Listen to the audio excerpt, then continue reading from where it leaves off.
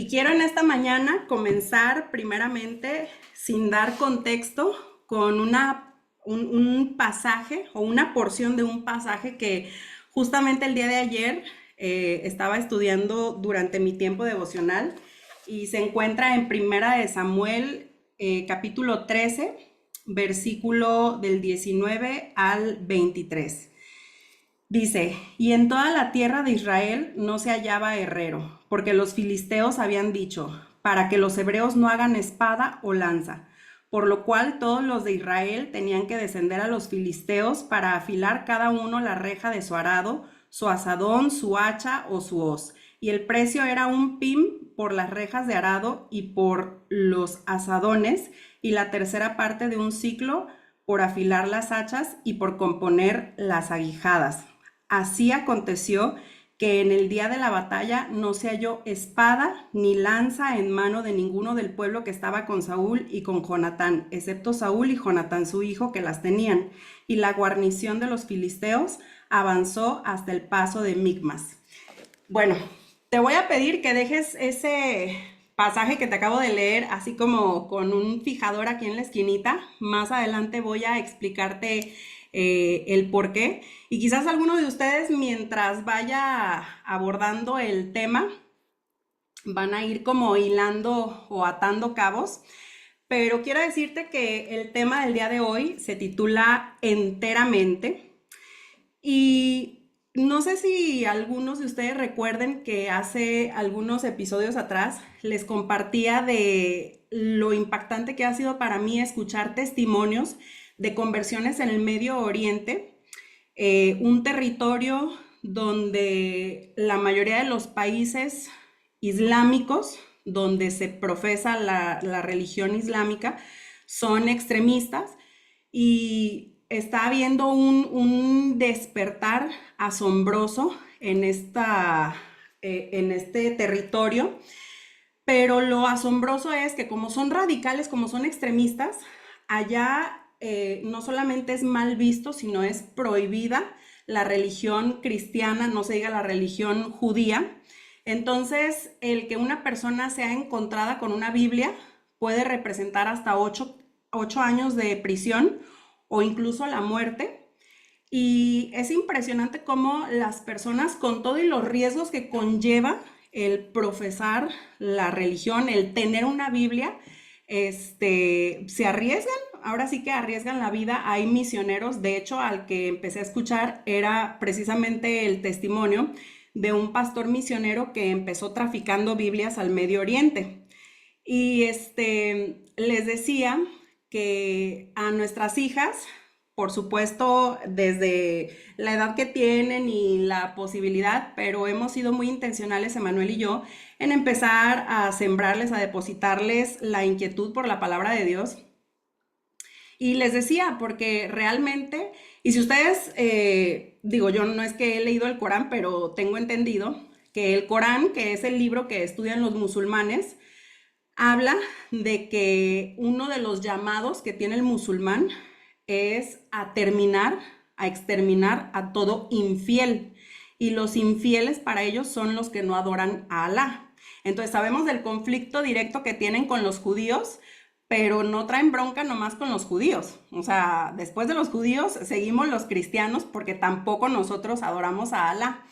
Entonces les decía que realmente valía la pena o era importante entender que las escrituras son algo que debemos internalizar porque, y lo llegué a compartir como, pues no sabemos si el día de mañana lo que ocurre en Medio Oriente ocurra en el Occidente, donde también cargar una Biblia sea motivo de crimen o de prisión, más bien.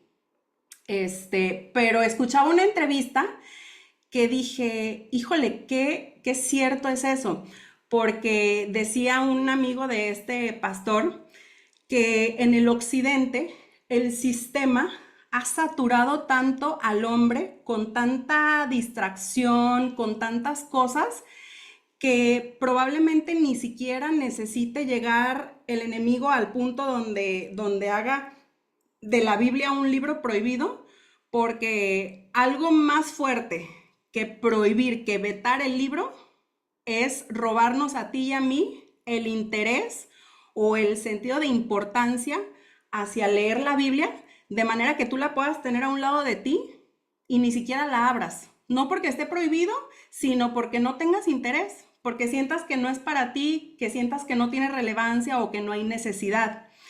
Y algo que me hablaba el Espíritu Santo es de cómo a veces pareciera que el enemigo tiene más conciencia del poder de las escrituras que ni los mismos herederos. O sea, que el enemigo fuera más consciente de lo importante, lo valiosa que es la palabra de Dios, que ni nosotros mismos, que somos los beneficiados a través de la palabra de Dios.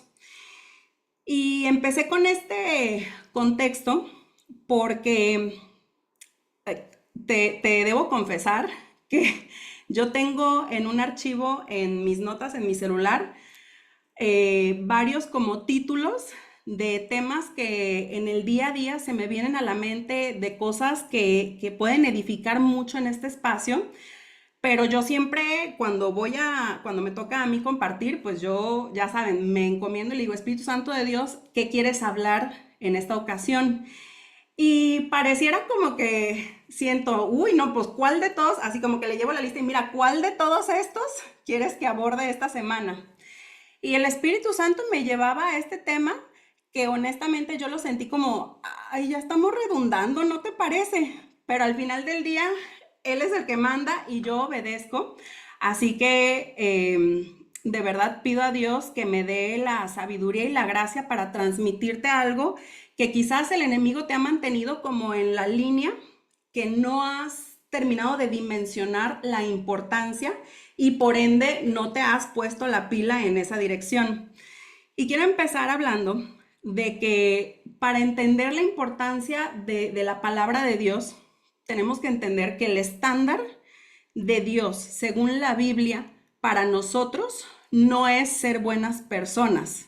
Que muchas veces es lo que dice la gente, ¿no? Pues ser una buena persona. Incluso cuando llegas a los pies de Cristo y dices, pues no era tan mala persona. En realidad el estándar de la Biblia no es convertirnos en buenas personas. El estándar que la Biblia nos pone es ser santos. Y a lo mejor yo te digo la palabra santo y tu mente inmediatamente viaja a un concepto religioso. Y a lo mejor me digas, ay, no, espérate, Azul, no, no es para tanto. O sea, lo mío ya no escala a tal punto. Sin embargo, la invitación a la santidad no es algo que se le hace a ministros, no es algo que se le hace a ciertas personas. En realidad, es una instrucción, un llamado que se nos hace a todas las personas, a todos los hijos de Dios. Y voy a empezar respaldándolo con este pasaje que viene en Primera de Pedro, capítulo 1, versículo 15 y 16, dice, sino como aquel que os llamó es santo, sed también vosotros santos en toda vuestra manera de vivir, porque escrito está, sed santos porque yo soy santo. O sea, creo que eso no requiere de mucho conocimiento para entender, fue muy claro. Dios dijo, sed santos porque yo soy santo. Entonces, el llamado es para todos nosotros. Ahora vamos a profundizar. Si la santidad no hace referencia a este concepto religioso que quizás tenemos como muy arraigado, ¿qué es entonces la santidad? 3 puntos. Primero, es alguien que está apartado para Dios. Segundo, es alguien que se mantiene en pureza. Y tercero, ahorita los voy a explicar, es alguien que refleja el carácter de Cristo. Me voy con el primero. Apartados para Dios no quiere decir que seamos personas que nos vayamos al monte, o sea, que nos separemos, como dijo José Alfredo Jiménez, del bullicio y de la falsa sociedad. No, no, no. En Filipenses el apóstol Pablo dice que nuestra ciudadanía está en los cielos. ¿Qué quiere decir eso? Que aunque nosotros estamos en el mundo, no somos del mundo, no somos de aquí, no nos regimos bajo las mismas reglas, bajo los mismos principios. A nosotros nos gobierna otro gobierno, válgame la redundancia. ¿Y cómo se va a ver eso? en la vida práctica, en lo cotidiano, que en algún momento, sí o sí, cuando tú estás empezando a ser transformado en un santo, en la santidad, estás creciendo, vas a empezar a ser el raro, vas a empezar a dejar de encajar en los círculos. Y ojo, no me refiero a que seas alguien que esté dando la contra, que quiera estar debatiendo, que quiera estar peleando contra los demás, porque no es eso. Es simplemente que tu consistencia de lo que estás formado, lo que llevas dentro, aunque quieras, ya no encaja con el común. Entonces, por eso es que empiezas a ser alguien diferente, contracultural. Nuestros principios son atemporales. El otro día platicábamos con una señora que tiene un hijo de 17 años, creo, 17, 16, o sea, todavía no es mayor de edad, y ya tuvo un desafío de una enfermedad de transmisión sexual. Entonces le preguntaba a Emanuel que cómo seguía su hijo. Y dice la mujer, ay, pues ya gracias a Dios, ya está sano. Y le decimos, ay, pues bendito Dios. Y a aprender la lección, ¿verdad? No, sí, yo ya hablé con él, ya le dije que no sea cabezón, que se ponga la pila, que se cuide. Ok, sí, sí, porque pues oye, si ya se enfermó una vez, mijito, usa protección. Y nosotros volteamos y le decimos, pues más bien la abstinencia, ¿no? Ay, ¿usted cree en estos tiempos? No, hombre, eso ya no, no, ni cómo convencerlo. O sea, atemporal es que tú no puedes regirte bajo lo que se usa en estos tiempos. Hay convicciones, hay principios, hay verdades que se arraigan en nosotros a través de la palabra que hacen que en muchos sentidos no encajemos con el pensamiento temporal, porque nuestras bases, nuestros fundamentos son eternos, son estables, son permanentes a lo largo del tiempo. Por eso tú escuchas esta frase de, pues la verdad es relativa. Para el mundo actual es relativa. Para nosotros la verdad es una y se llama Jesucristo y no cambia, es eterno. Entonces, apartarnos para Dios quiere decir que nosotros ya no pensemos, ya no vivamos, ya no caminemos, ya no andemos como el resto. No por querer resaltar, sino porque algo dentro nos llama a una cosa diferente. Y te quiero contar una anécdota curiosa que pasó con mi hija. Nosotros, Emanuel y yo, entendimos que Halloween no era una celebración que queríamos instruir en nuestras hijas y por eso te hablo de convicciones que vienen por introducirte a la palabra de Dios. Si yo hoy te digo no celebres Halloween, porque los cristianos no celebran Halloween, no nada más es impositivo, realmente no está edificando tu espíritu, pero por causa de lo que nosotros hemos ido conociendo, hemos ido entendiendo del corazón de Dios, tomamos esa decisión. Y mi hija Siena, la mayor, tiene 4 años. Entonces, digamos que todavía no nos ha tocado la celebración en la escuelita.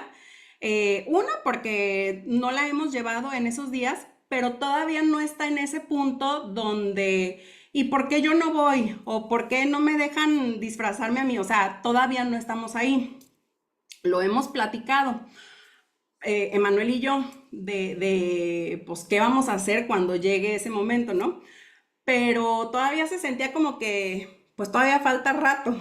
Y el otro día que veníamos de la escuelita, yo fui a recoger a las niñas, me pregunta Siena, oye mamá, nosotros, ¿por qué no celebramos Halloween? Ah, porque para esto, aquí en el Coto, empieza en octubre, ya saben, las decoraciones, ¿no? Que la calabaza, que las telarañas y que todas estas cosas, que hasta pareciera que le echan más ganas ahora a decorarlas en Halloween que en Navidad, ¿no? Tan bonito que a mí se me hacen las decoraciones navideñas y pareciera que ya se puso más de moda decorar para Halloween. Y entonces nosotros empezamos a hacer como cuando íbamos como de salida en el carro, empezábamos a ver decoraciones de Halloween y Emanuel y yo a las niñas les hacíamos, ay, esa telaraña, ¡bleh! Y entonces a las niñas se les grabó tanto eso que ya hasta iban así como buscando cosas de Halloween para decir, ay, eso, bleh, ¿verdad, mamá? Bleh, ay, sí, bleh. Pero nunca dijimos por qué. Y ahora me pregunta Siena, oye, mamá, ¿por qué no celebramos Halloween? Y la verdad es que me agarró en curva porque ¿cómo le explicas a una niña de 4 años, no? O sea, algo que nosotros tenemos claro, pero ¿cómo lo bajas a su grado de entendimiento? Y entonces empecé, según yo, queriendo ser así como muy elemental y no espantarla, pero no disfrazar lo que es la realidad. Empecé diciéndole, hace muchos años, hija, fíjate que había una celebración pagana en la que se acostumbraba como un ritual sacrificar y después se me viene a la mente, ay, pues decirle que asesinaban niños, no hombre, no la quiero sembrar, al rato bien asustada la chiquilla y ni venía al caso, ¿va?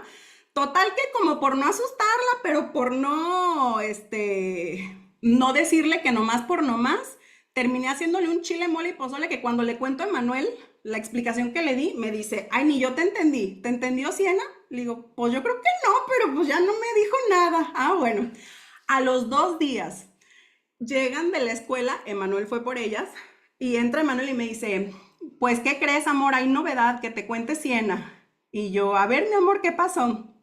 Ah, es que estaba hablando con Isabela y con Ivana, dos de sus compañeritas de la escuelita, y les estaba diciendo que Halloween no lo debemos celebrar porque es algo que celebra el diablo y por eso nosotros no debemos celebrarlo. Y mira, te voy a decir, yo no le dije esas palabras, eso ya le salió a ella.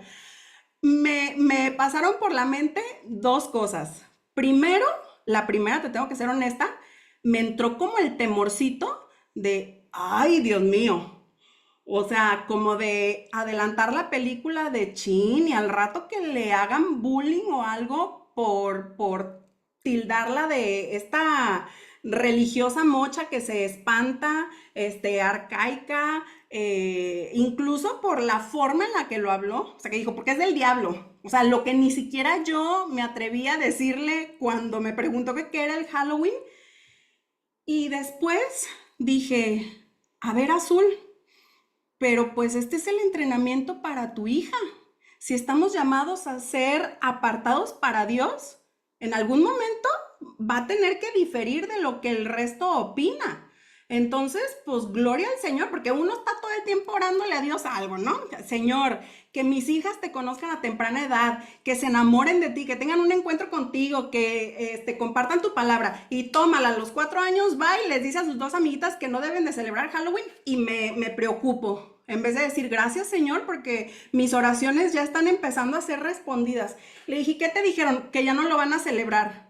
Ay, mi amor, muy bien, felicidades. Y bueno, aquello terminó, o sea, como que terminé ubicándome a mí misma, a mi lado humano, como de querer cubrir a mi hija de la crítica, del bullying, de que la vayan a ver raro, de lo que sea, cuando en realidad vamos a hacerlo raros. Pues vayámonos acostumbrando, vayámonos haciendo a la idea, ¿no? Pero aquí viene la parte que te tengo que poner sobre la mesa y que te preguntes. Si eres hoy por hoy el raro, la rara, o encajas perfecto en todas partes. Y no te estoy llamando a que seas como un antisocial, sino que cuestiones si traes convicciones que estén chocando con las del mundo o las tuyas se parecen mucho, van de la mano con las del mundo. A mí Dios, a través de su palabra, me empezó a libertar de muchas cosas que cuando yo llegué a los pies de Cristo, yo veía que hacían un match maravilloso. Y el otro día me recordó una consultora de una de ellas. Me dijo, oye Azul, ¿cómo se llama ese libro que tú nos recomendabas mucho? Que era algo de diablo, o así, el título tenía algo que ver con el diablo o algo así. Y me recordó un libro de la Cábala que a mí se me hacía buenísimo y yo lo recomendaba y lo sugería por todos lados. Y te voy a decir una cosa, trae muchas cosas muy valiosas, pero al final del día no es el general. Son pequeñas semillitas que vienen incrustadas en un mensaje que suena bueno, que al final del día, cuando yo empecé a adentrarme y a profundizar en la palabra de Dios, dije, wow, eso pequeñito que no es completamente cierto, si sigue la gente caminando por ahí, se va a terminar yendo a un destino completamente distinto del que Dios quiere. Por eso es que uno de los ingredientes para la santidad es estar apartados para Dios. El segundo, la pureza. Y nosotros sabemos que a través de la sangre de Jesucristo, el sacrificio perfecto, el pecado ya no tiene poder sobre nosotros. O sea, pureza, ¿qué quiere decir? No pecar. Y sabemos que no es que nosotros podamos dejar de pecar, aunque sí somos habilitados, facultados, capacitados a través de la sangre de Jesús, no solamente para ser perdonados por nuestros pecados, sino para no practicar más el pecado. Porque una cosa es que tú caigas en pecado, es decir, que tú quieras caminar en santidad y tropieces, y para eso echas mano de la sangre redentora de Jesucristo, pero también te capacita para ya no vivir en el pecado. Y la tercera, y aquí es donde me voy a detener un poquito más, reflejar el carácter de Cristo. Que yo te voy a decir una cosa, de por sí ya es un desafío reflejar el carácter de Cristo por una sencilla razón. Jesucristo tuvo el balance, la medida, el momento, el tino, o sea, fue perfecto en su carácter. Tú ves a un Jesús que se sabe reír, que se sabe alegrar, que sabe llorar, que sabe enojarse, que sabe compadecerse. O sea, él pasó por toda la experiencia humana a full, pero no pecó. Nosotros, en cambio, nos enojamos de lo que no tendríamos que enojarnos. Nos enojamos porque alguien atenta contra nosotros. Y nos alegramos de lo que no tendríamos que alegrarnos. Cuando alguien que quiso hacernos mal o nos hizo mal le pasa algo, pues internamente así como que dices, ándele, por maldoso, ¿no? Y la Biblia no te manda a alegrarte por esas cosas, te manda a alegrarte por otras. Entonces, ya de por sí es un desafío poder reflejar el carácter de Cristo. Pero te voy a decir una cosa, la pregunta inicial sería, y esta palabra reflejar, se me venía a la mente el concepto de una copia fiel. Pablo habla en la palabra de ser imitadores de Cristo. Y si tú vas a la definición de copia fiel, quiere decir la reproducción exacta y verdadera, sin alteraciones, omisiones ni modificaciones. Nosotros estamos llamados a ser la copia fiel de Jesucristo. Y si la copia fiel es la reproducción exacta y verdadera, sin alteraciones, omisiones y modificaciones, la pregunta que yo te haría es, ¿cómo sabes que te estás convirtiendo en una copia fiel de Jesús y no en una imitación pirata? Paréntesis, sin leer la palabra de Dios, porque a ese es el punto al que voy. Nosotros somos muy enfáticos en animarlos a que se adentren a la escritura. Y sé porque nos lo han compartido diferentes personas que ya están empezando a leer la palabra, pero hay otros que siguen creyendo que es opcional. Y si por buenas intenciones tú quieres parecerte a Cristo, pero crees que leer la palabra es opcional, déjame te digo que vas a terminar siendo una imitación pirata. Y si nos vamos a la palabra en Primera de Juan, capítulo 2, versículo 6, dice, el que dice que permanece en él debe andar como él anduvo. O sea, yo puedo decir que creo en Jesús, que lo recibí en mi corazón, que lo acepté en mi corazón como mi Señor y mi Salvador. Y cuando dice, ok, dices que permanece en él, anda como él anduvo. ¿Y cómo anduvo él? Porque si no lees la palabra, vives de lo que has escuchado y de lo que más suena es Jesús es amor. Y desde ahí es una justificación para todo es permitido porque pues, Jesús es amor, ¿no? Y entonces se vuelve una versión de Jesús muy diluida, un poco viscosa. Y entonces, ¿cómo nos apartamos del mundo para Dios si somos una versión diluida de Jesús? Por eso por eso encaja. la gente, aun cuando dice conocer a Jesús o aun cuando dice tener una relación con Jesús. Por eso no causa escozor ciertas convicciones, ciertas verdades que se han internalizado en su corazón. Y la respuesta para saber si te estás acercando más a la copia fiel que a una imitación pirata de Jesús es comparándote con el original. Y el original solamente lo vas a encontrar en la Biblia. No sé si ustedes sabían que a los que trabajan en los bancos, los que están en los cajeros, que reciben muchísimo dinero al día, en el proceso de capacitación, de formación laboral, lo primero que hacen es hacerlos expertos en conocer los billetes originales. No les enseñan primero los billetes falsos. Primero adaptan y acostumbran sus manos a que distingan un billete, por supuesto, todas las marcas que tienen para saber que es legítimo el billete, pero de tal manera que sea tan bueno su discernimiento, su conocimiento del billete original, que cuando a sus manos llega uno falso, por el puro tacto, ya se dan cuenta que no tienen lo verdadero.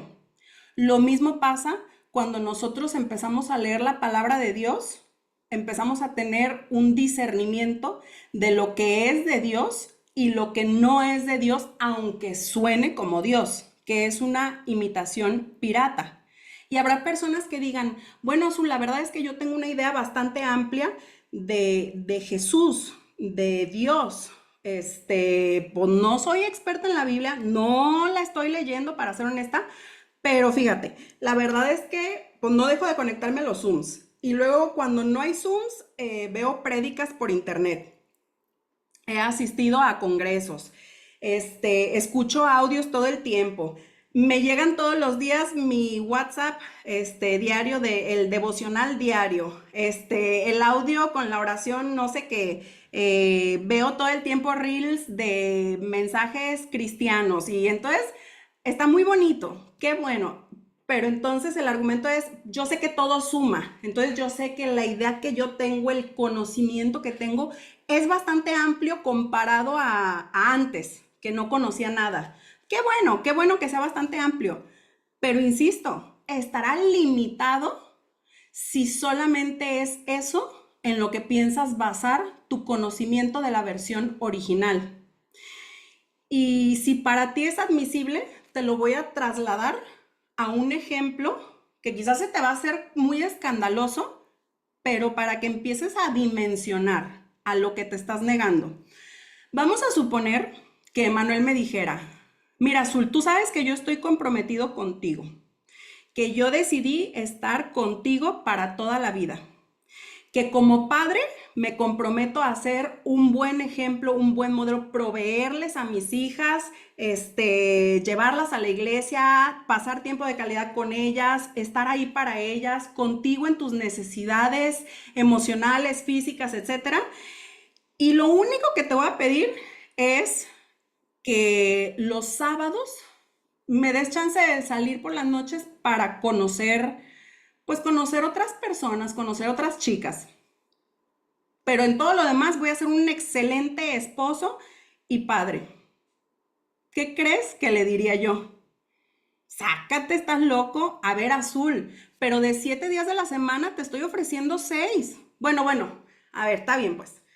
No cada sábado, te pido que cada 3 meses me des un sábado libre. ¿Qué contestaría yo? Por supuesto que no, estás loco. Ay, bueno, de los 365 días del año prometo los 364 ser hombre de una sola mujer y nomás te pido uno. Todo lo demás yo te voy a cumplir. Yo te voy a amar, te voy a honrar, te voy a dar lo que necesitas. Nomás dame un día. Es razonable contra 364 de un hombre que está firme, puesto y al 100, uno, no te estoy pidiendo mucho. ¿Sigue siendo infidelidad? ¿O puesto sobre la balanza es más la fidelidad que la infidelidad? Creo que todos coincidimos. Un día en un año o un día en 10 años es infidelidad, es traición, es falta de compromiso. ¿Y por qué en una relación humana no concebimos el 1% que no se cubra y con Dios, que es una relación todavía más perfecta, más generosa de parte de Él hacia nosotros? Decimos, ay, bueno, pero estoy orando todas las mañanas, estoy empezando a ir a la iglesia, oye, yo ni iba, reconózcanme lo que sí hago, ya, si no soy tan extremo como para empezar a estudiar la palabra de Dios, ay, bueno, pues ahí disculpen, tampoco soy tan intenso. Es el mismo discurso, creo yo, que escucha Dios de nuestra parte cuando le decimos, ay, pero mira todo lo que sí te estoy dando. Es el mismo discurso de un hombre que a su esposa le ofrece ser el 100% casi todo el tiempo y nomás un día destramparse. Dios quiere el 100% de mi compromiso, porque cuando nos dice que le amemos con toda nuestra mente, ¿qué está implícito en la mente? Que de manera intelectual, de manera intencional, busquemos conocerle, busquemos enamorarnos de lo que sentimos, de lo que recibimos de Él, pero también de Él, de su corazón, de su voz, conocerle a profundidad. Y sabes, hay muchas personas que pueden dar testimonio de que conocen a Jesús, pero en realidad lo que conocen son los beneficios de Jesús, porque quizás han experimentado un milagro de sanidad, un milagro de restauración, un milagro de provisión, porque yo le pedí a Dios, estaba en un momento muy difícil y yo sentí como Dios entró y me rescató. Y ojo, sí puedes experimentar beneficios de Dios y no obstante no conocer al Dios que te beneficia. Y realmente, si nosotros creemos que podemos andar de esa manera, no somos muy diferentes de ese pueblo de Israel que fue libertado de la esclavitud de Egipto, y cuando están en el desierto y Moisés sube al monte a recibir los 10 mandamientos, ellos se quedan abajo, se desesperan y construyen un becerro de oro. O sea, volteamos a ver ese pueblo y decimos, ay, de verdad qué cabezones. O sea, todo lo que acaba de hacer Dios por ellos y ellos ya levantando un becerro de oro cuando Dios había hecho tanto por ellos. Pero ¿sabes qué? El tema es que el becerro de oro representa a todo aquel que levanta un concepto de Dios porque no lo ha conocido, no lo ha visto. ¿Y cómo lo ves? A través de su palabra. O sea, hay muchas cosas que el corazón nos va a querer engañar, ¿eh? Que nos vamos a querer formar una imagen o una idea de Dios y que aún, te voy a decir, tú puedes conocer porciones de la Biblia y por no adentrarte, por no profundizar, torcer esas porciones a tu favor y que no tengan nada que ver con la esencia de Dios. Por ejemplo, los que dicen es que Dios cumple todos los anhelos de mi corazón. Y entonces creen que si lo anhelan lo suficiente, Dios lo tiene que cumplir. Y sí dice que Dios cumple los anhelos del corazón, pero si tú profundizas, de entrada a Moisés le dice, mete la mano en tu corazón, saca la mano, ¿qué tienes? Lepra, el corazón está leproso, necesito sanar ese corazón, necesito quitar las impurezas, necesito levantar el estándar del corazón para que entonces sí pueda yo cumplir los anhelos de tu corazón sano, no de tu corazón egoísta, no de tu corazón roto, quebrantado, que desde ahí, desde la herida, va a estar clamándome por cosas. Por eso distorsionamos la palabra de Dios cuando no nos atrevemos a hacer lo que Moisés hizo. Moisés no se quedó abajo del monte, Moisés subió, Moisés tuvo un encuentro cara a cara con Dios. El pueblo de Israel se quedó abajo, ese fue su error, no le conocieron. Y si tú te fijas a Moisés, las promesas que Dios le hace o las ofertas que Dios le hace de mi presencia, mi favor va a ir delante de ti, yo te voy a bendecir, yo te voy a ayudar a llegar a la tierra prometida. Moisés le dice, yo no quiero nada de esos beneficios, yo te quiero a ti, te quiero a ti. Y por ende Dios derrama todo lo demás. Pero ¿cuántos genuinamente en nuestro actuar día con día le decimos te quiero a ti? Si no has profundizado en las escrituras, perdóname que te lo diga con todas sus letras, no te interesa conocer a Jesús, te interesa conocer sus manos. Y a mí hay personas que me dicen, ay, Azul, me gustaría que me apoyaras a orar por esta y esta y esta situación. Y ojo, no soy yo la mensajera del Señor que, ay, yo ya sé por lo que hemos de orar y por lo que no y demás. No, pero te voy a decir algo. En la medida que tú vas profundizando en la escritura, tú empiezas a reconocer la voz de Dios y el corazón de Dios. Y entonces hay ciertas cosas por las que la gente quiere que tú ores, que tú sabes que hay procesos que están queriendo evitar a través de esas oraciones. Y que con amor y con gracia Dios te dé la sabiduría para animar a esa persona a que profundice en Dios si quiere ver realmente resuelta esa situación por la que llega pidiéndote oración a ti, como si tú trajeras varita mágica o como si tuvieras ¿cómo se dice? Como que, ay, yo tengo otra entrada especial a la oficina de Dios, yo no necesito formarme, yo entro por la parte de atrás y me recibe a la hora que yo le hable, que sí te recibe a la hora que le hables, ¿verdad? Pero no se trata de eso, se trata de conocer el corazón de Dios. Ahora, si una parte de ti, con todo lo que te he dicho, sigue creyendo que no es necesario para todos nosotros escudriñar, leer, profundizar en la palabra de Dios, te quiero dar sustento bíblico. Y nos vamos a ir a 3 de los muchos pasajes en donde en la Biblia podemos encontrar esto validado. Proverbios 14:12 dice, hay camino que al hombre le parece derecho, pero su fin es camino de muerte. Empezamos fuerte, porque mira, dijimos que el diablo tiene una manera de operar que es 95% verdad, 5% mentira. Entonces podemos decir, ay, pues así derecho, derecho no es, pero tampoco creo que esté tan chueco. Lo que no es derecho es camino de muerte. Ahí te lo dejo de tarea. Jeremías 8:9 dice, los sabios se avergonzaron, se espantaron y fueron consternados. He aquí que aborrecieron la palabra de Jehová. ¿Y qué sabiduría tienen? No puedes aborrecer la palabra y tener la sabiduría divina, porque la Biblia también habla de un tipo de inteligencia terrenal, incluso la denomina animal. Y Proverbios 28:26 dice, el que confía en su propio corazón es necio, mas el que camina en sabiduría será librado. Y con estos 3, te dejo como el fundamento bíblico, pero de verdad que si te vas a la palabra, te vas a encontrar con que es tremendamente redundante, enfático el Señor de lo importante que es no apoyarte en tu propio entendimiento. Y lo vimos desde el jardín del Edén, cuando quisieron Eva y Adán deslindarse del conocimiento que proviniera de Dios y tomar ellos parte del conocimiento. ¿Sabes? El hombre no está capacitado, no está facultado para sostener el conocimiento por sí mismo sin destruirse. Necesitamos acudir a Dios para que Él nos vaya dando el entendimiento del bien y el mal.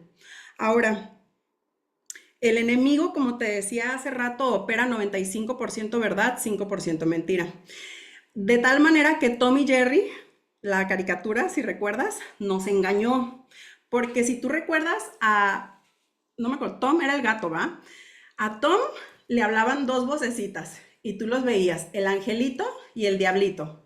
Y el angelito siempre le aconsejaba en una dirección y el diablito en una completamente distinta. Entonces nosotros andamos con la ilusión de que así opera el enemigo, que lo que me va a aconsejar es completamente opuesto a lo que me aconseja Dios, entonces ni que estuviera tonto, yo voy a saber distinguir de dónde viene la voz. La noticia es que en todo caso tendrían que poner 2 angelitos, porque si recuerdas, Lucifer era un angelito también, fue el ángel caído. Y Lucifer, además de eso, si has escuchado la expresión más sabe el diablo por viejo que por diablo, realmente tiene mucha profundidad. El diablo tiene siglos operando en la mentira. Él se mimetiza en las verdades y a través de ellas introduce mentiras sobre tu vida que te van desviando ligeramente. No creas que es así de, este es el camino derecho y ¡brum! Para allá. No, no. Es una cosa así sencillita de 5 grados, que casi, ay, pues igual y sí llegamos a donde mismo. Pero esos 5 grados, al paso del tiempo, se convierten en 2 direcciones completamente diferentes, pero no se veían así al principio. Por eso es que nosotros no podemos hacer, aunque Satanás es repetitivo en sus estrategias, tiene mucho tiempo, mucho más que el que tenemos tú y yo aquí en la tierra, operando él. Entonces, no menosprecies la habilidad de tu adversario y no te confíes, que tú tienes la capacidad de entender qué es lo que Dios quiere, cuál es la voluntad de Dios, porque quizás, incluso me atrevo a decir, porque conoce los 10 mandamientos, porque, como te decía hace un momento, porque entras a Zooms, porque entras a prédicas, porque todo lo que tú escuchas es contenido de Dios, no importa. Es más, desde ahorita te digo, spoiler alert, como este Zoom es dirigido por humanos, muy probablemente, si no es que ya lo hicimos, vamos a llegar a decir cosas que no necesariamente son el corazón de Dios o no necesariamente son la voluntad, fielmente son la voluntad de Dios. Porque mi interpretación de la palabra de Dios puede venir también permeada de mi persona, de mis experiencias, de mis estructuras cognitivas. Entonces, si tú te confías de la copia que yo hice de la palabra de Dios, tú vas a estar copiándole a la fotocopia. ¿Cómo sale la copia de la copia? Sale borrosa, ilegible. Tú necesitas ir a la palabra de Dios para corroborar incluso lo que yo te estoy compartiendo. A veces, por descuido, porque cambié una palabra por otra, pero a veces porque de verdad mi grado de madurez no me da para entender eso. Y si tú te quedas nomás con lo que yo te digo, te vas a quedar anémico espiritualmente hablando, desnutrido. Tú necesitas ir a la palabra de Dios. Y yo recuerdo que para los que dicen, es que yo no soy tan bueno, yo no soy tan buena leyendo, yo no, yo siento que me falta, o sea, he intentado leer la Biblia, pero la abro y de verdad como que no le entiendo nada. ¿Sabes? Que Dios me recordaba hoy en la mañana. Mi abuelita, a lo mejor no quiero echar mentiras, no sé si cursó la primaria y la terminó o si incluso llegó a la secundaria, que casi creo que no, pero a lo que quiero llegar es que mi abuelita, académicamente hablando, no fue alguien que haya estudiado mucho. Y encima de eso, para los que no saben, mi abuelita adoptó a los 10 hijos con los que llegó mi abuelito, hombre viudo, la 10ª, una bebé de brazos. Los adoptó con mucho amor, le ayudó a criar a esos 10 hijos y además ella queriendo vivir a full la experiencia de la maternidad, tuvo otros 16, 26 en total. Entonces que tú digas, ay, a mi abuelita como que le sobraba el tiempo, para los que dicen, ay, es que a mí, o sea, yo quisiera, pero la verdad no tengo mucho tiempo. Pues mira, mi abuelita yo creo que le tumba cualquier argumento de no tener tiempo a cualquiera de nosotros. Con todo y eso, yo tengo recuerdos de mi infancia, de mi abuelita estudiando la Biblia, de mi abuelita incluso yendo a clases al lado de su parroquia había una casa pastoral, no recuerdo cómo le decían, y ahí daban clases de diferentes cosas, llegó a tomar clases, recuerdo, y yo digo, híjole, pues la tarea, la comisión que ella tenía no era fácil, y si ella vio la necesidad de leer de la palabra de Dios, ay, Dios mío, pues qué bien me supo modelar el camino. No era consciente en aquel entonces, pero mira cómo, de verdad lo que dicen de que lo que haces habla más fuerte de lo que dices. Yo creo que tenemos que modelarle a las siguientes generaciones lo que es la vida en Cristo. No es una vida de cero tropiezos. es una vida de 100% compromiso e intención. Y si nos vamos al libro de Juan, capítulo 8, versículo 31 y 32, dice, dijo entonces Jesús a los judíos que habían creído en él, si vosotros permaneciereis en mi palabra, seréis verdaderamente mis discípulos y conoceréis la verdad, y la verdad os hará libres. Más claro que el agua. Queremos la libertad, pero la pregunta es, ¿queremos la verdad que trae libertad o solamente la libertad? Porque libertad sin verdad es cautividad a largo plazo. Por eso te decía, no es opcional el conocer la palabra de Dios. Y cerré la pantalla y quería ir al siguiente versículo, que le dio título o que le dio el nombre a esta enseñanza. En 2 de Timoteo 3, del 16 al 17, dice, toda la escritura es inspirada por Dios. Ojo ahí, por aquello de que creas que fue un libro escrito por el hombre. Sí, fue escrito por el hombre, pero inspirado por el Espíritu Santo. Y útil para enseñar, para redarguir, para corregir, para instruir en justicia, a fin de que el hombre de Dios sea perfecto, enteramente preparado para toda buena obra. El hombre de Dios sea perfecto. Por eso te decía que el estándar que el mundo pone es muy bajito comparado al que la palabra de Dios nos ofrece. ¿Pero cómo? Bueno, pues a través de la escritura, que es la que nos enseña, nos redarguye, nos corrige y nos instruye en justicia. Justicia en el griego original es dikaiosune, la voluntad revelada por Dios, a fin de que el hombre de Dios sea perfecto. O sea, yo no soy perfecta por mis obras o por mi capacidad, soy perfeccionada por la palabra de Dios, por el poder de la palabra de Dios, de tal manera que esté enteramente preparada para toda buena obra. Y quiero compartirte un testimonio al respecto. Cuando nosotros, Emanuel y yo, nos acercamos a Dios, muchos de ustedes han escuchado este testimonio, fue por invitación de mi suegra a ir a una iglesia para que oraran por ella, que estaba atravesando por el reto de cáncer. Y nosotros tuvimos un encuentro con el Señor, nos enamoramos, empezamos a profundizar más en su palabra, en la presencia viva del Espíritu Santo. El Señor empieza a producir cambios en nuestra vida, ahora sí que a apartarnos para Él. Y apartarnos literalmente en aquel tiempo, nosotros incluso ya estábamos viviendo juntos, Emanuel y yo, todavía no nos casábamos, y fue el Espíritu Santo el que nos dijo, quiero que se separen, porque no es correcta la forma en la que están viviendo. No fue que alguien viniera y nos dijera, están viviendo en pecado. Cuando el Espíritu Santo trae estas convicciones, no te voy a decir que no te incomodan, sí incomodan. De hecho, la mayoría de las cosas que Dios te habla, si te corrigen, si te redarguyen, pues ¿qué pensabas? ¿Que ibas a sentir bonito? No, pero tú no te sientes condenado, tú no te sientes juzgado. Por el contrario, cuando viene una corrección de parte del Espíritu Santo, tú le das gracias al Señor. Y en su palabra dice que al que ama disciplina. O sea, hay amor en la corrección del Padre.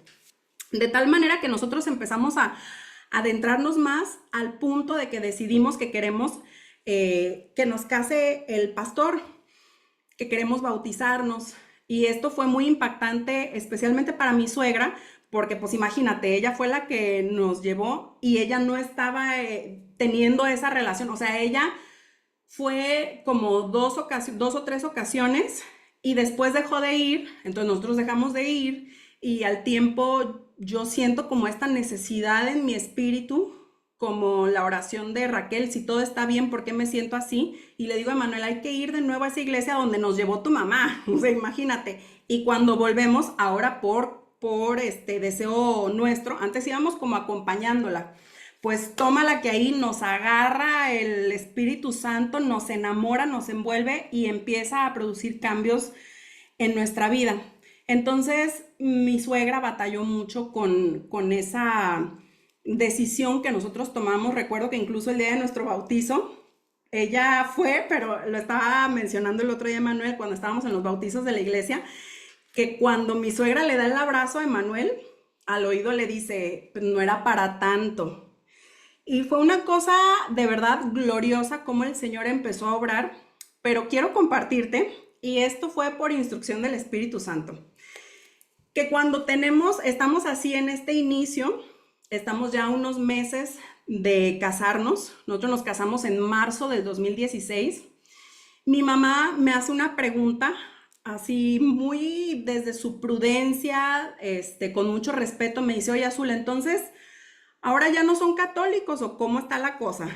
Y la verdad es que me agarró en curva, ni yo sabía qué contestarle, o sea, como que estás tú entrando en una relación, pero con un mundo que te exige explicaciones que tú espiritualmente todavía no estás entendiendo.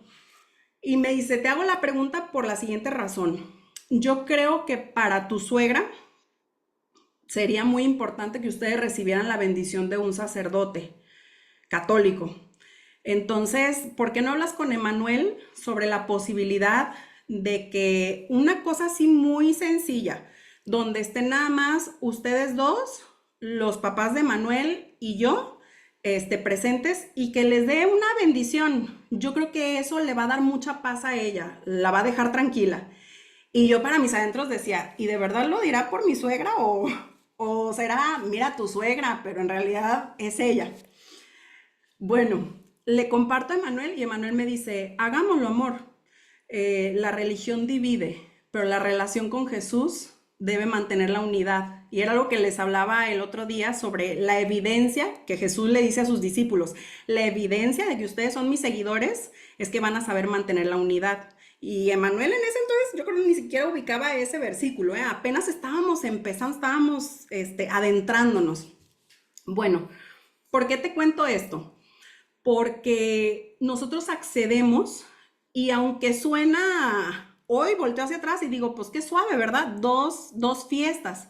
Pero en ese momento, a mi carne, a mi ego, le golpeó muy fuerte ese requerimiento porque yo decía, a ver, mi estilo de vida ha cambiado radicalmente. Mis inclinaciones, mis gustos, yo ya no salgo de fiesta, ya no tomo, ya no fumo. Me separé de estar viviendo en unión libre por convicciones genuinas y todo ese cambio no habla de una fe verdadera, de una relación verdadera con Dios.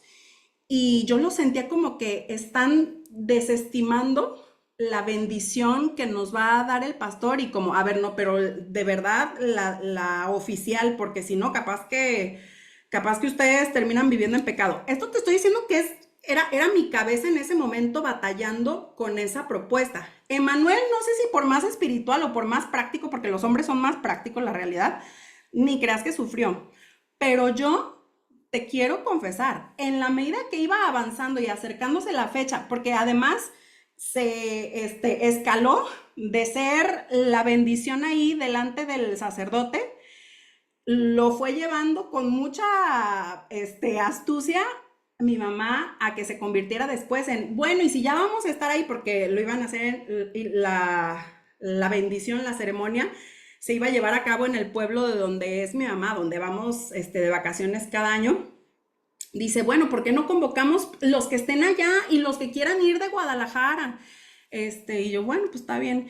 Y oye, pues yo digo que si va a ir gente, pues aunque sea les ofrezcamos algo, ¿no? No sé, al final de la misa, pues algo así que tome, porque el calorón que hace en Villa y no sé qué.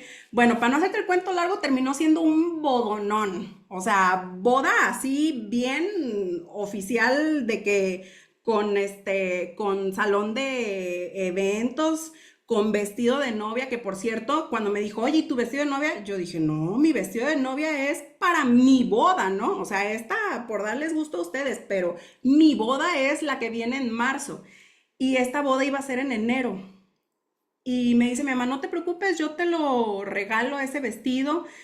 Bueno, el punto es que llega un momento en el que yo entro a la presencia de Dios consumida por esta percepción de que además de que está desestimando la bendición que yo voy a recibir en marzo y mi legítima relación con Jesús, yo decía, se me va a robar la bendición de ese momento en el que vas caminando hacia el altar pues ya no va a ser novedad, porque pues ya caminó y ya se casó y ya se entregaron los anillos y ahora regrésenlos y nos esperamos a marzo para que se los vuelvan a intercambiar. O sea, como empiezan a venir todas estas ideas y yo creo que para una mujer quizás pega más por todo lo significativo detrás de el que te vean vestida de novia por primera vez y todas estas cuestiones, ¿no? Entonces voy a mi cuarto de oración y con lágrimas empiezo a decirle, Señor, es que tú sabes que yo estoy en obediencia, sujetándome a esto, pero si estoy equivocándome, dime, alúmbrame. Yo quiero saber que de verdad viene de tu corazón y no, o sea, o dame como una señal de que no es necesario y me zafo de esto. ¿Y qué crees?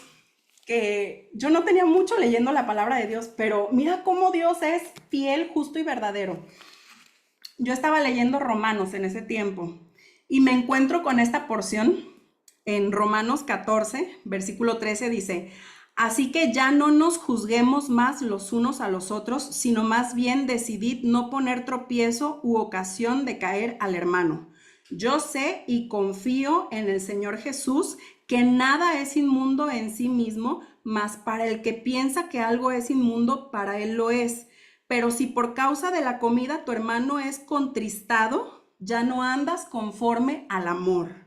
No hagas que por la comida tuya se pierda aquel por quien Cristo murió. ¿Sabes? Ahí el Espíritu Santo me quebró. Me dijo, no te sientas muy espiritual si no estás dispuesta a poner primero el amor que yo tengo por todos ustedes. Aunque tú te sientas que ya estás como bien alineada en tu relación, pero no termina ahí. Versículo 16, no sea pues vituperando vuestro bien, porque el reino de Dios no es comida ni bebida, sino justicia, paz y gozo en el Espíritu Santo. Porque el que en esto sirve a Cristo agrada a Dios y es aprobado por los hombres. Así que sigamos lo que contribuye a la paz y a la mutua edificación. Yo quiero decirte que durante esa ceremonia yo sentí al Espíritu Santo de principio a fin. Y yo vi a mi suegra feliz en esa boda, pero también la vi feliz en la de marzo, que en algún momento quizás pudo haberse sentido conflictuada. Y te cuento todo esto porque realmente tiempo después, una persona de un alto rango, cristiana de alto rango, me dijo, tú hiciste mal en haber accedido a casarte porque fuiste y te inclinaste ante un altar y ante santos y ta, ta, ta, ta, ta. Alguien que tenía más tiempo de recorrido en el cristianismo. Y cuando me dice eso, si yo no hubiera estado arraigada en la palabra de Dios, sí hubiera creído que estuvo mal lo que hice.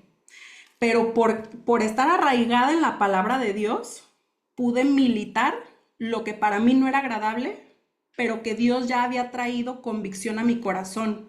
Y lo que es más importante, que ese acto de sujeción nos ganó gracia y favor delante de mi suegra, a tal punto que en los momentos más críticos de su enfermedad, yo recuerdo que ella le hablaba en la noche a Manuel y le decía, Mani, ¿pueden venir a orar por mí, por favor? Es que cuando ustedes oran, yo duermo de corrido toda la noche, no me despierta el dolor.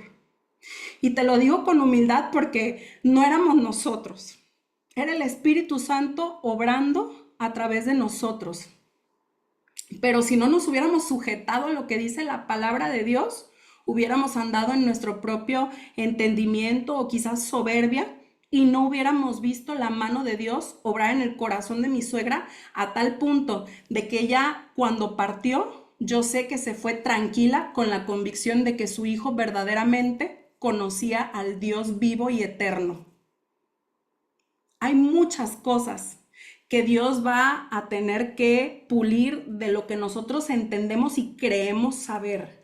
Pero si no tenemos la suficiente humildad para reconocer que es solo su palabra la que puede escanearnos y transformarnos, vamos a vivir una vida cristiana mediocre. Vamos a estar buscando nada más la mano de Jesús, la mano que me bendice, que me hace milagros. ¿Y qué crees? Te tengo una noticia. Con todo y eso, es tan grande la misericordia de Dios que de tiempo en tiempo Él te seguirá bendiciendo, te seguirá rescatando del hoyo, como dice su palabra, seguirá obrando milagros en tu favor porque te ama y no quiere que te pierdas. Pero qué triste teniendo la posibilidad de conocerlo a Él, todo Él, y nunca terminaremos de conocerlo. Yo creo que hasta el día que estemos en su presencia, seguirán habiendo cosas que vayamos descubriendo, pero teniendo esa dicha de un Dios que se abre y que dice, entra confiadamente al trono de la gracia, o sea, que te da acceso a ti y a mí, pecadores, de conocerlo en su totalidad, nos restringamos nosotros mismos por creer que es un libro al que no estamos llamados a profundizar. Cuando lo dijo correctamente el apóstol Pedro, dijo, solamente tú tienes palabras de vida eterna. Pido a Dios que esto se asiente en tu corazón y te desafíe. Y termino cerrando con el pasaje que empecé. Porque yo estaba de, ay Señor, pero ya les he dicho que lean la Biblia. Ya como que parece que no hubiera muchos temas más que abordar. Y ayer que leía esto en Samuel, te lo vuelvo a leer porque en la Biblia, cuando hablan de la palabra de Dios, cuando el apóstol Pablo habla de la armadura, que nos revistamos de la armadura de Dios, la palabra de Dios está descrita como la espada. Y lo vuelvo a leer. Y en toda la tierra de Israel no se hallaba herrero, porque los filisteos habían dicho para que los hebreos no hagan espada o lanza. Por lo cual todos los de Israel tenían que descender a los filisteos para afilar cada uno la reja de su arado, su asadón, su hacha o su hoz. Fíjate qué cosas. Tenían que ir con el enemigo para que les afilaran sus propias armas para combatirlos. ¿Cómo crees que les dejaban las armas? O sea, en su sano juicio, ¿quién le va a dejar bien afilada el hacha a su enemigo para que venga y me ataque? Yo me imagino, esta es suposición mía, que hacían una cochinada de trabajo, pero ¿qué dice? Que les cobraban y el precio era un pim por las rejas de arado y por los asadones y la tercera parte de un ciclo por afilar las hachas y por componer las aguijadas. O sea, era un costo, un precio desproporcionado el que les estaban imponiendo por afilarles sus armas. Si tú no tienes la espada de Dios en tu mano, tú vas a tener que pagar precios muy altos por esa falta de entendimiento y de compromiso. Pero más aún, dice versículo 22, así aconteció que en el día de la batalla no se halló espada ni lanza en mano de ninguno del pueblo que estaba con Saúl y con Jonatán. Esto es crítico, esto es grave, porque si la batalla nuestra se pelea a nivel espiritual, nuestra guerra no es contra carne ni sangre. O sea, aún Jesús, siendo Jesús, tú lo ves pelear con Satanás con pura palabra de Dios. Fue su arma, la palabra de Dios. Y aún la palabra de Dios la quiso utilizar en su contra el enemigo. Pero Jesús, lo que el enemigo quiso torcer, Jesús lo enderezaba y le volvía a aventar otra escritura. Esa fue su defensa, a Jesús. Y tú quieres andarte defendiendo en una batalla sin espada. Qué absurdo, ¿no? Por eso, de verdad, que te inquiete el Espíritu Santo y de ser necesario no te deje dormir a partir de ahora hasta que te comprometas a conocerlo a Él. Que tu rostro resplandezca por tener un encuentro cara a cara con Dios. No el Dios que te transmite un audio, un devocional, un Zoom. El Dios que tú conoces en la Escritura, que te confronta, que te redarguye, que te transforma de adentro hacia afuera. Gracias, Señor, te damos por esto que tú has puesto sobre nosotros, Padre. Yo sé que cuando tú traes esta palabra, Señor, es porque reconoces que tu pueblo está necesitando, Padre, y no queremos ser un pueblo insensato que vaya a la guerra sin espada, Señor. Más bien, ayúdanos, Padre, a profundizar en tu palabra, para que no nada más nos permita conocerte más, sino estar equipados para el día malo, para el día de la batalla, para poder vencer como tú nos mandaste y poder pelear las batallas correctas, Padre. Pido que bendigas a cada uno de los que están aquí presentes y que tu Espíritu Santo se revele y descienda en su tiempo de lectura, de estudio, para que el pasaje sea abierto y desenvuelto delante de sus ojos y ellos se vuelvan unos apasionados de tu palabra y del poder de tus escrituras, Señor. Te lo pido en el poderoso nombre de Cristo Jesús. Amén.